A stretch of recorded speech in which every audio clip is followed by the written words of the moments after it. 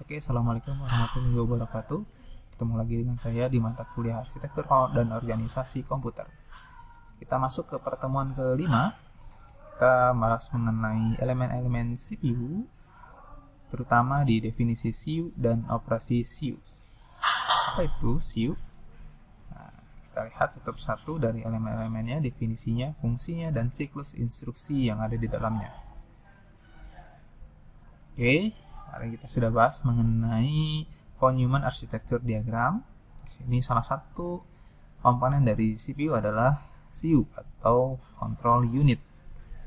Kita lihat lebih jauh apa itu Control Unit. Ini sudah kita pelajari kemarin mengenai rangkaian dan arsitektur yang ada di dalam sebuah komputer. Struktur dasar komputer seperti ini, ya, di mana processing, lalu di fetch. Fetch ini adalah proses untuk membaca data dari sebuah inputan, lalu dilakukan decode, ya, translate gitu ya, translate data, lalu dilakukan execute dan dikirim kembali ke motherboard untuk nantinya disimpan di sebuah penyimpanan atau storage gitu ya. Kita lihat lagi lebih dalam. Nah, ini komponen internal CPU, ada ALU, ada control unit dan register. Oke, nah ini diperjelas lagi bahwa unit control di sini ya, fungsinya adalah untuk melakukan controlling terhadap semua aktivitas yang ada di dalam CPU. Oke, nah ini fungsinya dari control unit yaitu mengatur lalu lintas data, menjaga serta memberitahu unit masukan mengenai jenis data, waktu pemasukan, dan tempat penyimpanan datanya itu nanti di mana gitu ya. Dan juga memberitahu Arithmetic Logical Unit atau ALU mengenai operasi yang harus dilakukan, lalu tempat data yang diperoleh dan letak hasil yang ditempatkannya nanti di mana, seperti itu ya. Nah, ini fungsi tadinya ya, materialnya program. Jadi semua program yang berjalan di dalam komputer yang mengaturnya semua ada di dalam control unit. Ya, fungsi utamanya adalah mengambil instruksi dari memori utama. Nah, ingat memori utama itu apa aja? Nah, ini terdiri dari dua ya, ada ROM dan RAM. Lalu dari instruksi itu nanti ditentukan instruksinya ya, jenis-jenis instruksinya seperti apa ya. Lalu juga sebagai sinkronisasi kerja antar komponen dalam menjalankan fungsi-fungsinya. Ya, sesuai namanya yaitu control unit ya. Lalu mengambil pengolahan instruksi jalannya sebuah program. Nah, ini prosesnya ya, seperti ini. Jadi ada flowchartnya ya, mana dia akan mengambil instruksi ya. Nah, ini siklus fetch. Nah, jadi dia akan membaca dulu di sini, lalu dia akan mengexecute ya, dan akan looping ya untuk instruksi-instruksi yang selanjutnya, begitu ya. Oke, jika sudah maka masuk ke sini ya. Nah, ini secara garis besarnya lagi ada penjelasan lagi mengenai siklus instruksinya. Nah, dari main memory ini dibaca ya, fetch instruction, lalu di decode instruction di sini, ya, dilanjutkan nanti get data untuk ALU misalnya untuk dihitung misalnya kalau dia aritmatik ya.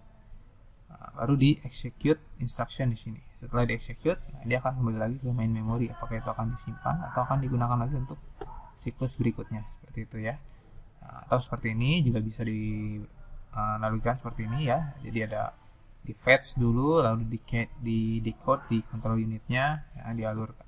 Di sini baru diatur nih instruksinya mau dialirkan ke mana, apakah ke arithmetic atau ke unit yang mana gitu ya untuk di execute. Baru di store lagi ke dalam memori utama.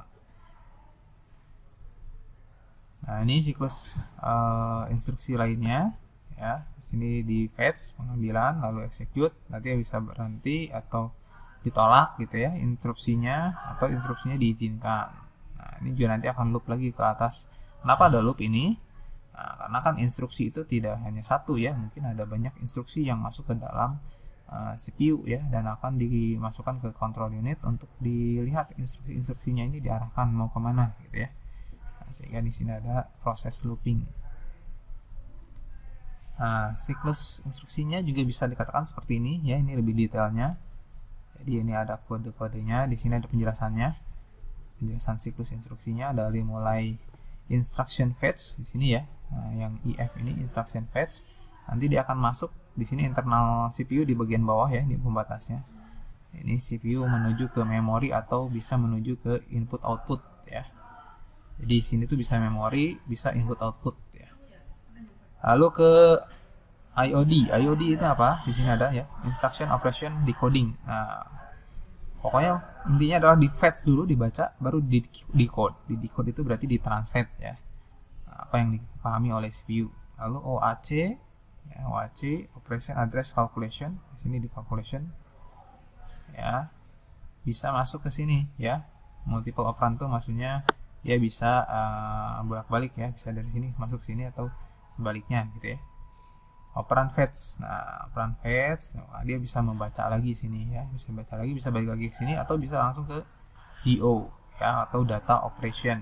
Nah, ke data operation, masuk lagi ke operation address calculation lagi, baru ke masuk ke operand store. Jadi disimpan gitu ya. Nah, dari sini nanti bisa masuk ke sini ya, ke next instruction, atau bisa juga ke operand address calculation lagi, karena dia akan mengambil lagi hasil yang disimpan tadi gitu ya. Nah, seperti itu ya, seterusnya. Nah, ini merupakan siklus yang terjadi di control unit gitu ya. Nah, nanti dipahami mungkin kalau secara fisik sekarang kita menggunakan komputer ya, kita tidak melihat ya secara fisik ini proses ini. Nah, proses ini dilakukan karena di dalam sebuah CPU ya, di dalamnya prosesor itu. Kalau digambarkan secara logik ya seperti ini alurnya ya. Nah, ini alurnya lagi dari fetch itu di indirect ya, atau di execute, atau bisa di interrupt ya dari sini. Nah, proses menangguhkan eksekusi program yang sedang dieksekusi dan menyimpan konteksnya. Nah, jadi bisa juga ditangguhkan ya eksekusi prosesnya itu. Makanya kita bisa juga di interrupt ya, kalau kita melakukan ada proses-proses yang sedang berjalan, kita end gitu ya. Nah, kita di interrupt tuh bisa juga di disable gitu ya prosesnya, atau di end proses gitu ya. Lalu prosesor menyetel program counter ke alamat awal rutin interrupt counter. Nah, ini program untuk melayani perangkat input output ya, atau I/O, agar efektif dan efisien agar antar CPU dan modul-modul I/O maupun memori. Nah, makanya semakin canggih prosesornya, maka tingkat efektif dan efisien antar CPU dan modul-modul I/O maupun memori ini akan jauh lebih bagus kinerjanya ya, seperti itu ya. Nah, ini mirip dengan yang tadi ya, siklus instruksi tadi dari fetch ini ya, lalu di decoding deh, encode ya, encode, baru dihitung alamatnya ya, diambil operan, lalu operasi data ya. Ini sama dengan yang tadi kode-kode itu, hanya tapi ya ini menggunakan teks ya supaya mudah membacanya seperti itu. Tapi ini ada interrupt. Nah, di sini ya ada interruptnya, kalau tadi tidak ada ya penggambarannya. Oke, nah sampai sini silakan Anda explore lagi lebih dalam mengenai CU ini ya. Banyak sekali sumber referensi yang dapat kalian pelajari. Ini adalah trigger untuk Anda bisa mengeksplor jauh lebih besar daripada ada yang materi yang sudah saya sampaikan. Jika ada pertanyaan silakan nanti sampaikan di grup diskusi gitu ya. Terima kasih. Mungkin itu untuk pertemuan kelima. Sampai jumpa di pertemuan selanjutnya. Assalamualaikum warahmatullahi wabarakatuh.